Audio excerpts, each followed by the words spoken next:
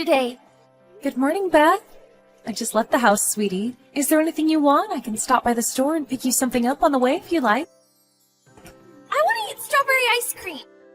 Leave it with me. How are you feeling today, sweetie? Actually, I feel a little better than usual. I'm pleased to hear that.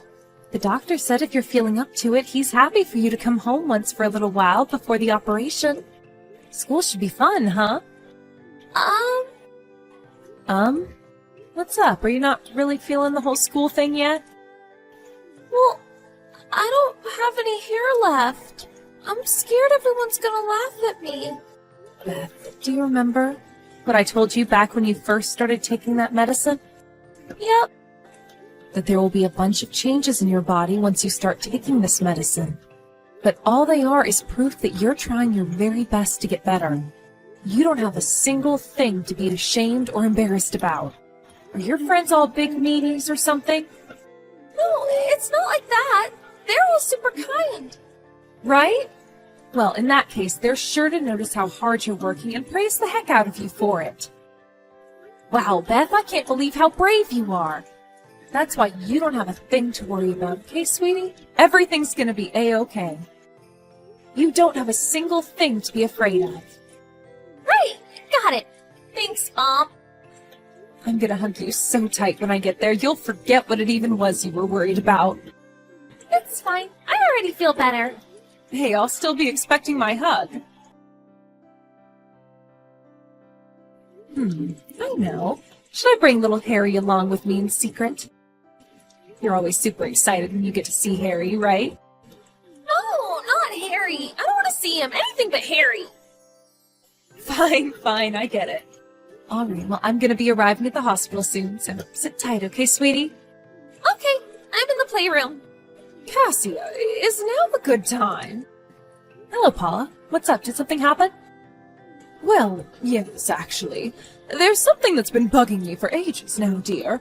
I can't take hold of it anymore, so I'm just gonna have to come out with it. Okay, go ahead. What is it? You, my dear, need to start making a little more of an effort to be sociable. Huh? It's about the mothers' meeting we held today. You did know we were holding it at the Italian place by the station, right? Right. But I'm pretty sure I told you beforehand I wouldn't be coming to this one.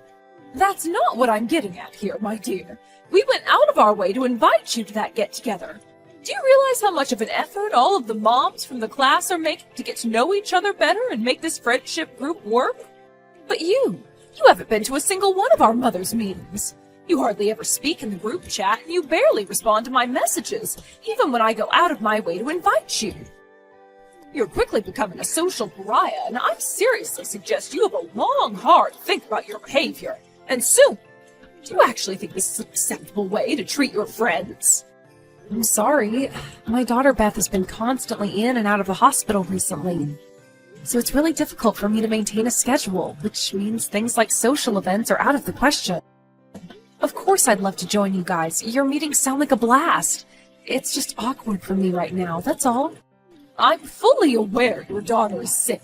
It's cancer, isn't it? The thing is, that doesn't give you license to avoid your friends. What? What? Don't give me what, lady. What I'm saying here is quite clear. Having kids isn't easy. I get it. What, do you think you're the first woman in history to realize that or something? We all struggle to maintain our schedules, Cassia. Just because your kid has cancer doesn't make you special. Why do you think you should get special treatment? Do you think you're better than us? We all have commitments. We all have problems. We all have to deal with the stresses and hassles of daily life. But unlike you, we still make an effort to make time to spend with our friends. If anything, the fact that Beth can't make it to school a lot of the time means you should have more time on your hands to dedicate to our friendship group, does it not? Do better, Missy. I'm really sorry, Paula. I'll do everything I can to make it to future get-togethers. Wow, just get a look at that attitude. Oh, sickening. You could at least thank me for so kindly bothering to invite you this time. Lord knows I was wasting my time. I feel bad for Beth having to be raised by a second-rate mother like you. What kind of woman do you think Beth will grow up to be if she sees you treating your friends like this? They're very impressionable at her age, you know. It's a mother's job to set the example for their children. Well, that's just my parenting policy, but it works. You're free to copy it if you like. It's sure as hell a damn sight better than what you call parenting. My Tommy's the brightest in his class, after all. Did you see his grades this semester? Top in everything. That's my boy, a real genius. Not only that, but he's the most gifted athletically, wins every sports competition, and is constantly praised by the other moms at our get-togethers. Not that you know, with never being there at all. That boy has a bright future ahead of him, and the other moms are constantly reminding me of it. It's just like I always say. Raising children is about comparing your kids to other children as much as possible to inspire them in a healthy sense of competition. If making comparisons between everyone's children is the objective of these mothers' meetings you've been holding, then I think I'm gonna have to pass. Excuse me. Sorry, my daughter has her hands full with fighting her illness right now. I am not about to start comparing her with other kids, and I'm sure as hell not gonna make her compete with them. It'd shock her too much, and that's the last thing she needs with how fragile she is right now.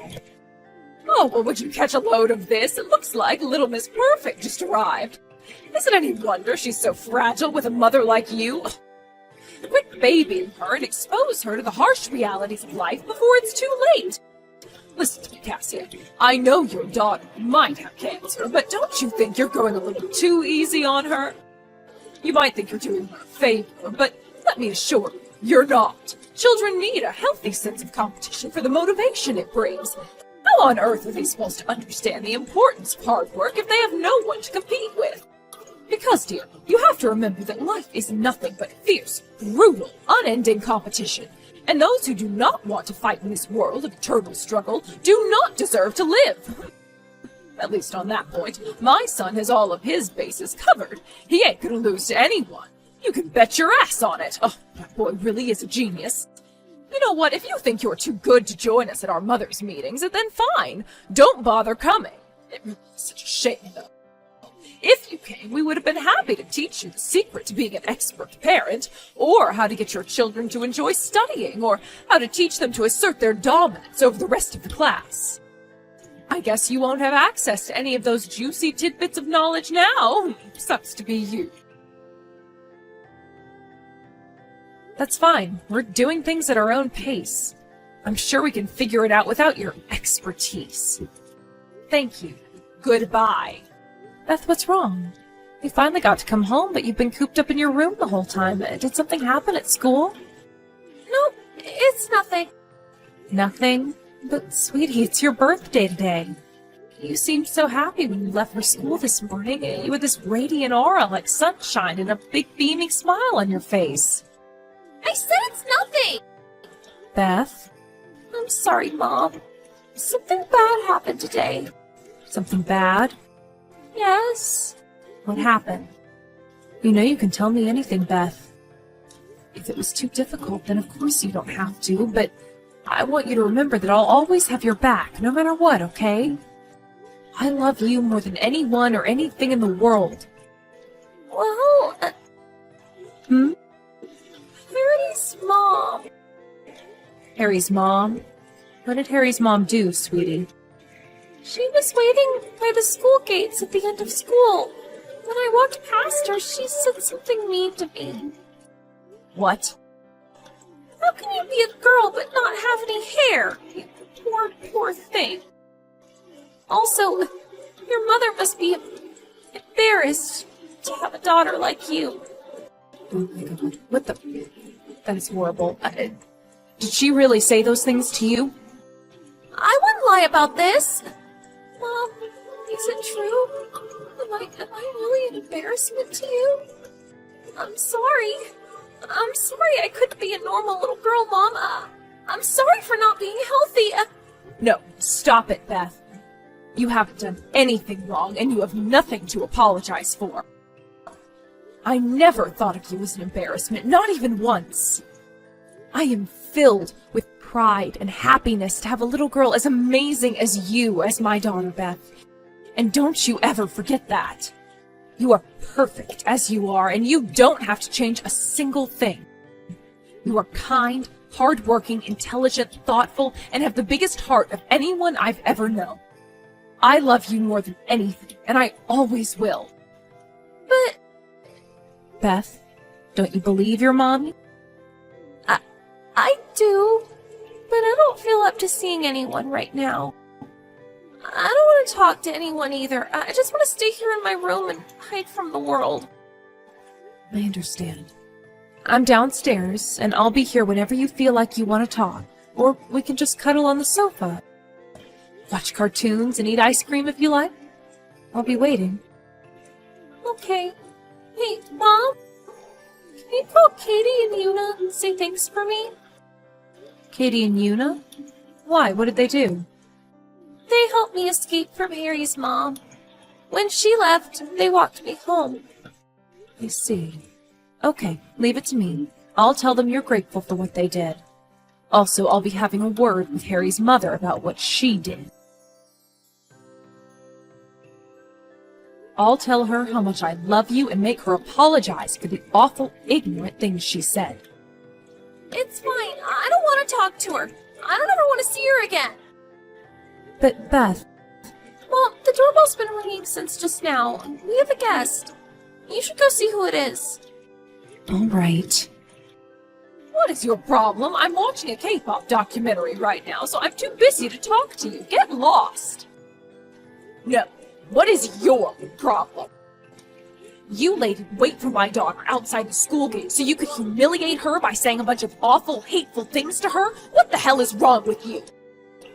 Horrible things? What are you talking about? Those things you said about her hair? Oh, you mean that? Apologize to my daughter. Huh? Why should I apologize to the daughter of a miserable social misfit like you?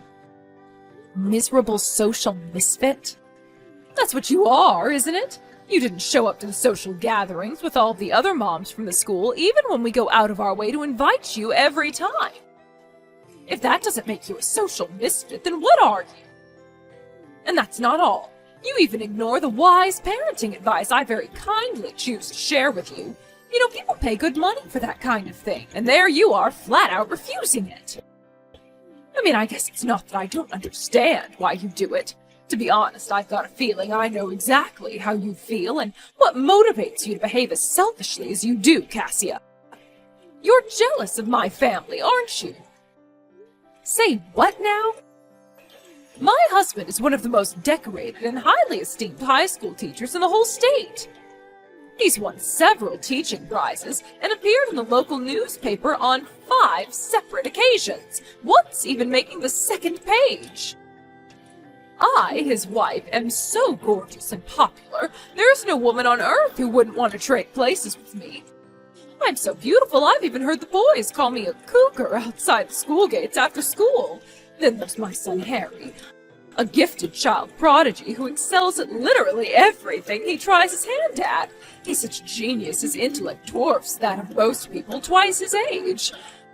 You just don't get families this distinguished. We shine so brightly that we dazzle all who lay eyes on us, so really, when you think about it, it's no wonder you'd feel jealous. Plus, we're all fit and in good health. It's a shame the same can't be said for your daughter. I'm sorry, Paula, but I have literally never felt jealous of your family, not even once. Oh, please, stop lying. It's so pathetic and transparent. I'm actually embarrassed for you. You're making me cringe here. Oh, I almost forgot. I felt so bad for you, Beth, that I felt compelled to help her become a little more attractive, even if only superficially. I gave your daughter a hairband today. She was so happy she burst into tears. Be a dear and send me a picture of Beth wearing her new hairband sometime today, won't you? I bet it looks so cute. Quit screwing around. What the hell did you tell Beth, you vile old hag? Huh? Oh, where did you come from all of a sudden? Oh, you're scaring me. It's Harry. Huh? I've been watching the whole time, but I can't take it anymore. You're despicable. Why does my mom have to be so vile and evil? I'm ashamed to be related to you. You're scum. Oh, what the? Harry? No way. Oh, this has got to be some kind of prank. on earth would Harry be at your house? This makes no sense. It's actually scary you're capable of this, Cassia. Should I call the cops? A psychiatrist, I mean. Who the hell pretends to be other people's kids? The third shelf of the cabinet in your bedroom is where you keep your branded bags. The sewing case in the second drawer is where you keep your accessories. You keep those disgusting nude magazines of your favorite male celebrities on top of the bookshelf. In the travel bag by the side of the bookshelf is where your jewelry collection. Huh? Oh, God. How the hell do you know all this? You bought them all in secret with Dad's money behind his back, didn't you? Is this really Harry? Yes. But weren't you supposed to be at night school today? What are you doing at her house? I skipped class. You did what? It's my crush's birthday today, so I went out to buy her a present. Also, I ran into some of the guys from class on the way to the shops. They told me you said some awful things to her by the school gates after school, so I came here to apologize. Harry, you've got this all wrong. This is all one big misunderstanding. Your mother didn't do anything wrong, I promise. How did you work that one out?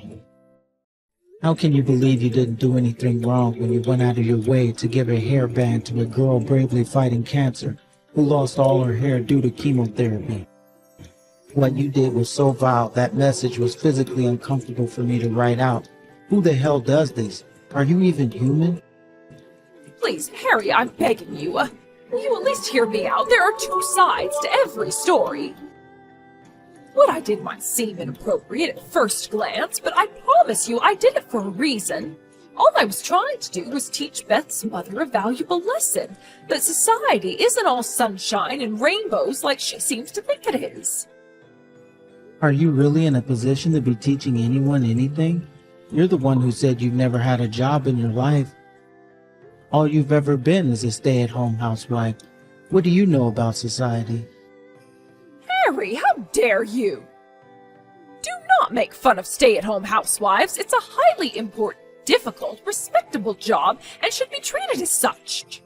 I'm not making fun of housewives. I'm only making fun of you. You pretend to make home-cooked meals while actually using microwave-ready meals, and you outsource all your housework to a maid. And the worst part, that you pay for the maid with Dad's money behind his back. What would he say if he knew? What do you even gain from making it look like you do housework? Everything is an act with you. It's about appearances. You're so fake you make Barbie look real. What could someone as lazy and unproductive as you possibly have to teach someone as hardworking as Beth's mom? Harry, do not speak to your mother like that, you insolent little upstart. I've had enough of this. You get your ass home right this instant. Nah, that ain't gonna happen. There's no way I'm coming back. The thought of you being my mom makes me sick. And I no longer acknowledge you as being related to me. I don't want to live with a piece of crap lowlife like you. What? I screenshot every message you sent to Beth's mom and sent it to Dad. I can't take being around you in that house anymore with your pompous pretensions of being some kind of rich trophy wife. With your stomach-turning perfect housewife act. With your vomit-inducing self-obsessed selfie-taking sessions.